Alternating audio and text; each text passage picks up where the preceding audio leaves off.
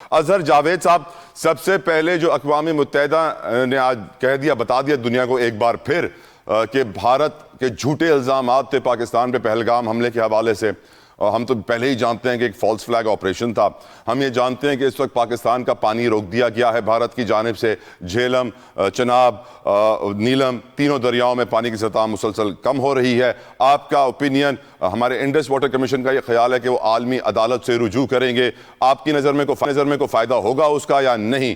اظہر جاوید صاحب. جی بہت شکریہ آپ کا طلعت جتوئی صاحب. دیکھیے فائدہ تو بالکل ہوتا ہے جب آپ انٹرنیشنل لیول پہ کوئی حرکت کرتے ہیں، اپنے حق میں لابنگ کرتے ہیں اور اپنا حق لینے کی کوشش کرتے ہیں. بالکل فائدہ ہوتا ہے، بلکہ اب تک ہو جانا چاہیے تھا. اگر انہوں نے نہیں کیا تو میرا خیال ہے ڈیلے کیا ہے، کیونکہ بھارت کے جو عزائم ہیں ابھی تو اس کے مطابق ایک تو انہوں نے جب رپورٹ آ گئی اقوام متحدہ کی کہ بغیر کسی تحقیقات دیکھ کے پاکستان پر جنگ تھوپی گئی اور پاکستان کا پانی بھی بند کیا گیا، تو ان سارے حالات میں ہمارا واسطہ ایک مکار دشمن سے ہے جو کسی قسم کا کوئی بھی موقع ہاتھ سے جانے نہیں دیتا. بھارت اب انٹرنیشنل لیول پر ویسے ہی ایکسپوز ہو رہا ہے. آپ دیکھیے جو آسٹریلیا میں واقعہ ہوا، اس میں بھارتی میڈیا نے پاکستان پر الزام لگانا شروع کیا، لیکن نکلا کیا نکلا؟ بھارت کی طرف سے ہی وہ سارا ٹیررزم کے جو شاخسانے ہیں، جو منبع ہے، وہ بھارت کے اندر سے نکلا. اگر آپ سے پہلے دیکھیں بھارت پر الزامات ہیں کینیڈا میں ایک خالستانی رہنما کو قتل کروانے کا، پھر امریکہ میں ایک خالستانی رہنما پر قاتلانہ حملے کی پلاننگ کا.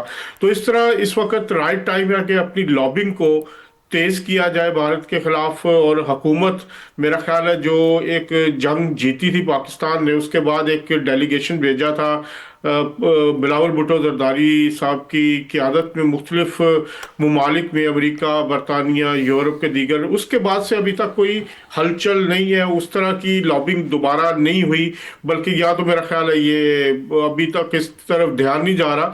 اٹس بیسٹ ٹائم کہ اقوام متحدہ کی رپورٹ آپ کے حق میں ہے، آپ دوبارہ اسی طرح کی ایک جو پلاننگ کریں. انٹرنیشنل لیول پر جو فضا ہے مزید اپنے حق میں کرنے کے لیے آپ کو بہت سا کام کرنا پڑے گا. ابھی بالکل آپ صحیح کہہ رہے ہیں، میں آپ سے ایگری کرتا ہوں. ضمیر حیدر صاحب، thank you so very much for time. میرا سوال آپ سے یہ ہے کہ بھارت نے ایک بار پھر پاکستان کا پانی بند کر دیا ہے.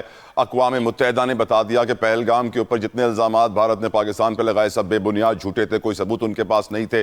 آپ کی نظر میں بھارت کافی وقت سے ہمیں پانی بند کرنے کی دھمکی دے رہا تھا، اس وقت بند ہو چکا ہے ہمارا پانی، 3 دریاؤں میں پانی کا لیول گر رہا ہے.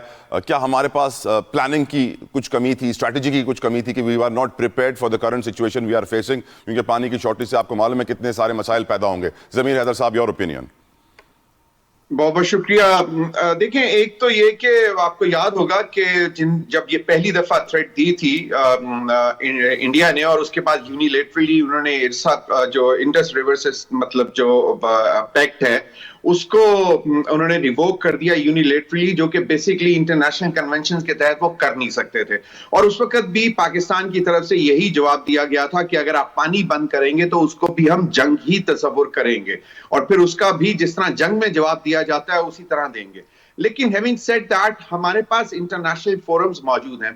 انڈیا جو ہے وہ کسی بھی طرح کسی بھی فورم پر سٹینڈ نہیں کر سکتا اگر آپ اس کو ایک اچھے طریقے سے ریپرزینٹ کریں، کیونکہ یہ انڈر انٹرنیشنل کنونشنز جو ہے یہ معاہدہ ہوا تھا. اور دوسرا پھر اگر آپ کو یاد ہوگا تو چائنا نے بھی کہہ دیا تھا کہ اگر پاکستان کا پانی آپ بند کرو گے تو اس کے اوپر اپر رائپیرین پہ وہ بیٹھا ہوا ہے اور وہ بھی آپ کا پانی بند کر سکتا ہے. تو یہ میرا خیال ہے کہ انڈیا کو یہ باتیں سمجھ لینی چاہیے کہ جس طرح انہوں نے مئی میں شکست کھائی تو اس معاملے میں بھی وہ شکست کھائیں گے. اب اگر انہوں نے بار بار شرمندگی اٹھانی ہے تو میری سمجھ سے باہر ہے، لیکن انٹرنیشنل فورمز آپ جو ہے باقاعدہ انٹرنیشنل کورٹ آف جسٹس میں جا سکتے ہیں.